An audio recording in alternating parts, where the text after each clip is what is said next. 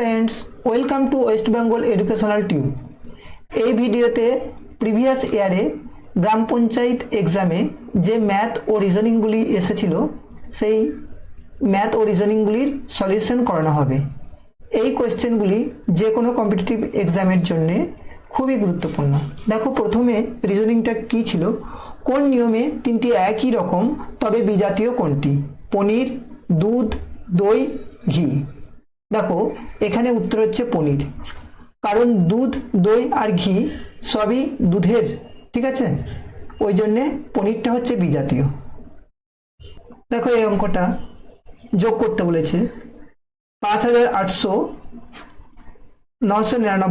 যোগ 5672 যোগ 231। দেখো 2 আর 1 3, 3 3 আর 9 12, 12 2 হাতে 1 থাকলো, 3 আর 1 4, 4 আর 7 11, 11 9 20, 20 শূন্য হাতে থাকলো 2, 2 2 4, 4 আর 6 10, 10 আর 9 19, 19 আর 8 27, 27 7 হাতে 2 থাকলো, 5 আর 2 7, 7 আর 5 12, ঠিক আছে, তাহলে 12702। অপশন ডি হচ্ছে কারেক্ট আনসার।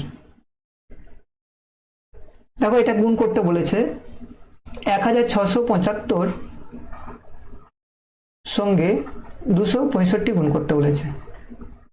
তাহলে দেখো 5 5 25 5 হাতে থাকলো 2, 5 7 35, 35 আর 2 37, 7 হাতে থাকলো 3, 5 6 30 আর 3 33, হাতে 3, 5 1 5, 5 আর 3 8, 6 5 30 0 হাতে থাকলো 3, 6 7 42, 42 আর 3 হচ্ছে 45, 45 এর 5 হাতে থাকলো 4, 6 6 36 আর 4 40, 40 এর 0 হাতে থাকলো 4, 6 1 6, 6 4 10। তারপর দেখো 5 2 10 0 হাতে থাকলো 1, 7 2 14 1 15, 15 5 হাতে থাকলো 1, 6 2 12, 12 1 13 হাতে 1 থাকলো, 2 1 2, 2 1 3। তাহলে দেখো 5 7 8, 8 আর 5 13, 3 হাতে থাকলো 1, 3 1 4 4, ঠিক আছে, 44 38 75। অপশন বি হচ্ছে কারেক্ট অ্যান্সার। পরের প্রশ্নটা দেখো, এই অঙ্কটা কিছু টাকা ব্যাংকে সরল সুদে রাখা হলো যা 4 বছরের সুদে আসলে 1240 টাকা হলো এবং 10 বছরের সুদে আসলে 1600 টাকা হলো। আসল নির্ণয় করতে বলেছে। তাহলে দেখো প্রথমে এই লাইনটা দেখো, 10 বছরের সুদে আসলে 1600 টাকা, তার মানে কি 10 বছরের সুদ, 10 বছরের সুদ প্লাস আসল,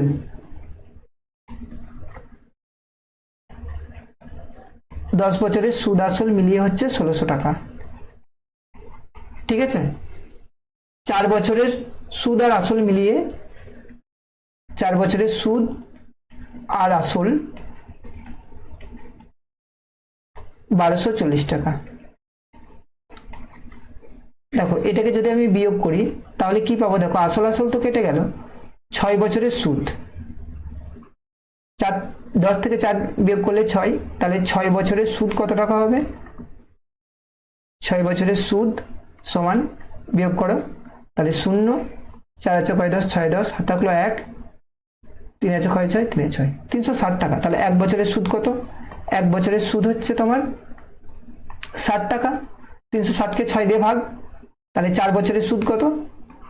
60 কে 4 দিয়ে গুণ করো, 60 গুণিত 4 মানে 240 টাকা, 240 টাকা। এটা হচ্ছে 4 বছরের সুদ, ঠিক আছে। প্রশ্নে কি চেয়েছে যে আসল কত? দেখো 4 বছরের সুদ আসল মিলিয়ে 1240 টাকা, ঠিক আছে, 4 বছরের সুদ আসল মিলিয়ে, তাহলে 4 বছরের সুদ হচ্ছে 240 টাকা। তাহলে 1240 থেকে তুমি যদি 240 বিয়োগ করে দাও তাহলে আসলটা তুমি পেয়ে যাবে। 4 বছরের সুদ 240 টাকা, এই 240 টাকা তুমি বিয়োগ করে দিলে 1000 টাকা, ঠিক আছে, তাহলে আসল হচ্ছে 1000 টাকা। অপশন এ হচ্ছে কারেক্ট আনসার। পরের প্রশ্ন দেখো, একটি এরকম করে দেখো, একটি কাজ এ 10 দিনে করতে পারে, এ কত দিনে করতে পারে? 10 দিনে। বি কাজটা কত দিনে করে? 20 দিনে। আর তিনজন মিলে মানে ওরা শিখে সাথে নিয়ে ওই কাজটি 5 দিনে করতে পারে, তাহলে 3 জন মিলে কাজটা 5 দিনে করে, এ প্লাস বি প্লাস সি, ঠিক আছে। আমি ধরে নিচ্ছি যে 10 20 আর 5-এর লসাগু 40, টোটাল কাজ হচ্ছে 40 ইউনিট, ঠিক আছে। তাহলে এর কার্যক্ষমতা কত? এর কার্যক্ষমতা একদিনে কত ইউনিট কাজ করবে? 40কে 10 দিয়ে ভাগ করলে 4 ইউনিট কাজ করবে একদিনে। বি এর কার্যক্ষমতা 40কে 20 দিয়ে ভাগ করলে 2 ইউনিট। আর সি এর কার্যক্ষমতা মানে এ প্লাস বি এই তিনজনের একত্রের কার্যক্ষমতা কত? 40কে 5 দিয়ে ভাগ করলে তোমার 8 ইউনিট। 5 8 40, 8 ইউনিট। ঠিক আছে, তাহলে দেখো এটা তো এ প্লাস বি প্লাস সি এর কার্যক্ষমতা 8 ইউনিট, আর এ আর বি এর কার্যক্ষমতা কত? 4 আর 2 6 ইউনিট। তাহলে শুধু সি এর কার্যক্ষমতা কত? তাহলে 8 থেকে 6 বিয়োগ করে দাও, কারণ এ আর বি এর কার্যক্ষমতা মিলিত কার্যক্ষমতা হচ্ছে 4 যোগ 2 মানে হচ্ছে 6 ইউনিট। তাহলে সি এর হবে 8 থেকে 6 ইউনিট বাদ দাও, তাহলে 2 ইউনিট, কারণ এ প্লাস বি প্লাস সি এর মোট কার্যক্ষমতা হচ্ছে 8 ইউনিট। 2 ইউনিট পার ডে, মানে একদিনে সি 2 ইউনিট কাজ করতে পারবে। তাহলে সি এর একা করতে কাজটা কতদিন সময় লাগবে? যেহেতু টোটাল কাজ হচ্ছে 40 ইউনিট, আর সি এর কার্যক্ষমতা কত? 2 ইউনিট। ঠিক আছে, তাহলে সি এর সময় লাগবে কত? সি এর সময় লাগবে 40কে 2 দিয়ে ভাগ করলে 20 দিন। ঠিক আছে, অপশন সি হচ্ছে কারেক্ট অ্যান্সার। দেখো এই অঙ্কটা 4 অঙ্কের একটি সংখ্যা A381 যদি 11 দ্বারা বিভাজ্য হয় তবে a এর মান কত হবে? এটাই চেয়েছে অঙ্কেতে। দেখো কোনো সংখ্যা 11 দ্বারা বিভাজ্য হতে গেলে কি হতে হবে? যে সংখ্যাটির জোড় অঙ্কগুলির যোগফল এবং বিজোড় অঙ্কগুলির যোগফলের ডিফারেন্সটা হয় 0 হতে হবে, না হয় 11 দ্বারা বিভাজ্য হতে হবে। ঠিক আছে, তাহলে A381 এই সংখ্যাটার জোড় স্থানীয় অঙ্ক হচ্ছে 8 আর a, আর বিজোড় স্থানীয় অঙ্ক হচ্ছে 3 আর 1। ঠিক আছে, তাহলে a প্লাস 8 ডিফারেন্স 3 প্লাস 1 মানে 4। ঠিক আছে, তাহলে ডিফারেন্সটা a প্লাস 8 আর 4 এর ডিফারেন্সটা হয় 0 হতে হবে, না হলে 11 দ্বারা বিভাজ্য হতে হবে। দেখো এরপরে এখানে অপশন দেখে মানগুলো একে একে বসাই। দেখো এর মান যদি আমি 5 বসাই, ঠিক আছে, তাহলে 8 আর 5 13 হচ্ছে। 13 থেকে 4 এর ডিফারেন্স কত? 13 থেকে 4 বাদ দিলে 9, তাহলে 5 তো হচ্ছে না, কারণ 13টা 11 দ্বারা বিভাজ্য নয়, মানে 9টা 11 দ্বারা বিভাজ্য নয়। 8 আর 5 13, 13 থেকে 4 বিয়োগ করলে 9। 6 বসাই, 6 আর 8 14, 14 আর 4 এর ডিফারেন্স হচ্ছে 10, 11 দ্বারা বিভাজ্য নয়। 7 বসাই, 8 আর 7 15, 15 আর 4 এর ডিফারেন্স হচ্ছে 11, যেটা 11 দ্বারা বিভাজ্য।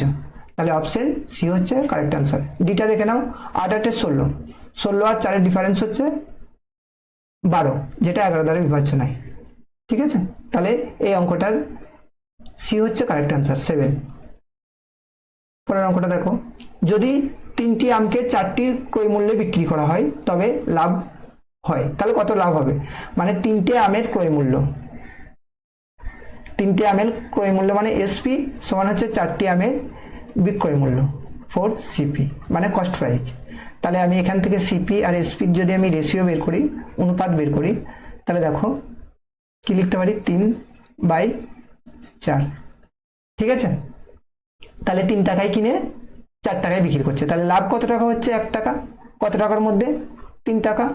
এখানে তো লাভ হচ্ছে না, 3 টাকায় কিনে 4 টাকায় বিক্রি করছে, তাহলে 1 টাকা লাভ হচ্ছে কত টাকার মধ্যে? 3 টাকা। তাহলে পার্সেন্টেজ করলে 100 দিয়ে গুণ, তাহলে 100/3% মানে হচ্ছে 33.13%।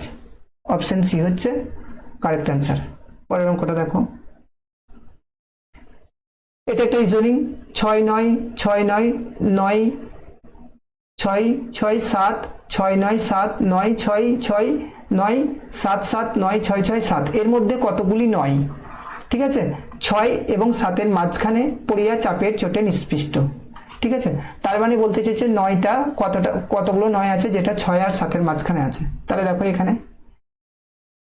এখানে একটা তুমি দেখতে পারবে যে এখানে একটা 9 আছে যেখানে 6 আর 7 এর মাঝখানে আছে। ঠিক আছে, দেখো এখানে একটা 9 আছে যেটা 6 আর 7 এর মাঝখানে আছে, আর এখানে একটা 9 আছে যেটা 6 আর 7 এর মাঝখানে আছে, 7 আর 6। তাহলে কটা? 3টি। অপশন বি হচ্ছে কারেক্ট অ্যান্সার। পরের প্রশ্ন দেখো, একজন তার মাহিনার 10% ব্যাংকে জমা রাখার পর অবশিষ্ট টাকার 4% বাড়ি ভাড়া দিলেন।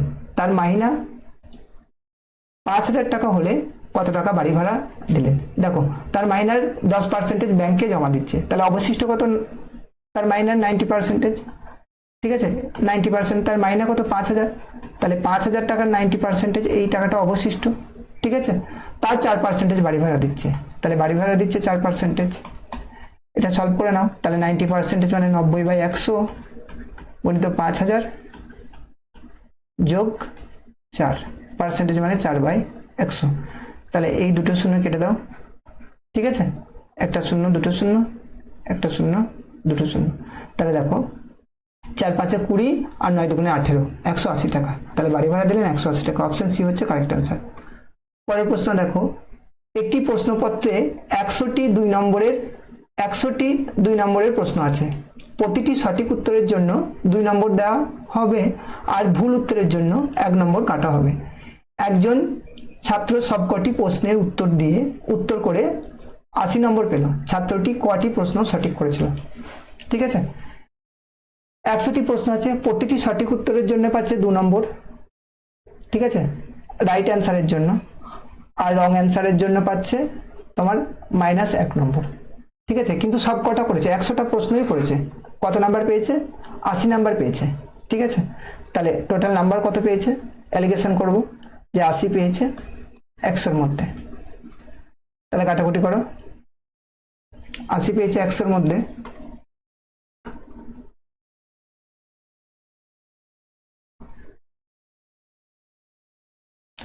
শূন্য, ঠিক আছে, 4 2 8 আর 5 2 10, 4 5। এবারে দেখো সবগুলোকে 5 দিয়ে গুণ করে দাও। তাহলে একেও তুমি 5 দিয়ে গুণ করলে, এটাকেও 5 দিয়ে গুণ করলে, আর এটাকেও 5 দিয়ে গুণ করলে, ঠিক আছে। তাহলে কি হবে দেখো, 5 2 10 আর -5 আর 4 5 5 5 কেটে গেল, তার মানে 4। অ্যালিগেশন করে দাও, দেখো এটা হচ্ছে রাইট আর এটা হচ্ছে রং। 10 থেকে 4 বিয়োগ করলে 6 আর 4 বিয়োগ 5 মানে হচ্ছে 9। তাহলে এর অনুপাত হচ্ছে 3 3 9, 3 2 6, মানে 3টে প্রশ্ন যদি সঠিক করেছে তো 2টো রং করেছে। তাহলে টোটাল প্রশ্ন হচ্ছে তোমার 100টা। তাহলে রেশিওতে কত? 3 আর 2 5, তাহলে 5 রেশিও মানেই হচ্ছে তোমার 100টি প্রশ্ন, ঠিক আছে। প্রশ্নে চেয়েছে যে ছাত্রটি কটি প্রশ্ন সঠিক করেছে। সঠিক করেছে 3টে, মানে 3 ইউনিট। তাহলে 3 ইউনিট মানে কত? 1 ইউনিট মানে 20, 5 20 100, আর 3 ইউনিট মানে 3 20 60, ঠিক আছে। তাহলে ছাত্রটি কটি প্রশ্ন সঠিক করেছে? 60টি। অপশন বি হচ্ছে কারেক্ট অ্যান্সার। দেখো এই অঙ্কটা, এ ও বি এর আয়ের অনুপাত হলো 3:2, ঠিক আছে। এ আর বি তাদের আয়ের অনুপাতটা কত বলে দিয়েছে? আয়ের অনুপাতটা বলে দিয়েছে 3:2, ঠিক আছে। আর 5:3 হলো তাদের ব্যয়ের অনুপাত। তাদের ব্যয় হচ্ছে 5:3, ঠিক আছে। দেখো যদি প্রত্যেকে 1000 টাকা করে জমাই, তাহলে বিয়ের আয় কত? 1000 টাকা করে জমাচ্ছে। দেখো তাহলে 3 থেকে 5-এর ডিফারেন্স কত? 2, 2 থেকে 3-এর ডিফারেন্স 1, তাহলে এই ডিফারেন্সটাকে সমান করতে হবে। দেখো 3 আর 2 এর মধ্যে পার্থক্য কত? 1, আর 5 আর 3-এর মধ্যে 2, ঠিক আছে। তাহলে এর মধ্যে ডিফারেন্স হচ্ছে 1 আর এর মধ্যে ডিফারেন্স হচ্ছে 2, ঠিক আছে। তাহলে এই ডিফারেন্সটাকে সেম করতে হবে। 1 আর 2 এর লসাগু হচ্ছে 2, ঠিক আছে। তাহলে এই আইটাকে 2 দিয়ে গুণ করে দেবো, ঠিক আছে। তাহলে কত হলো? 3 2 6 আর 2 2 4, ঠিক আছে। ব্যয় হচ্ছে কত? বিয়ের ব্যয় হচ্ছে তোমার 5 আর 3। দেখো এরপরে গ্যাপটা সমান হবে 6 থেকে 5 আর 4 থেকে 3, ঠিক আছে। তাহলে কতটা সেভ হচ্ছে, মানে কতটা জমা করছে? 6 থেকে 5, মানে আয় হচ্ছে 6 ইউনিট আর ব্যয় হচ্ছে 5 ইউনিট, ঠিক আছে। আর আয় হচ্ছে 4 ইউনিট বিয়ের, আর ব্যয় হচ্ছে 3 ইউনিট। তাহলে কতটা তারা জমা করছে? 6 থেকে 5 বিয়োগ করলে 1 ইউনিট হচ্ছে, আর 4 থেকে 3 বিয়োগ করলেও 1 ইউনিট হচ্ছে। এই প্রত্যেকেই তো বলেছে 1000 টাকা করে জমায়, তাহলে এই 1 ইউনিট মানেই হচ্ছে 1000 টাকা, ঠিক আছে। প্রশ্নে কি চেয়েছে? যে বিয়ের আয় কত? বিয়ের আয় কত? 4 ইউনিট, তাহলে 4 ইউনিট মানে হচ্ছে 4000 টাকা। যদি প্রশ্নে চাইতো যে এর আয় কত, তাহলে এর আয় তো 6 ইউনিট মানে 6000 টাকা হতো। অপশন বি হচ্ছে কারেক্ট অ্যান্সার।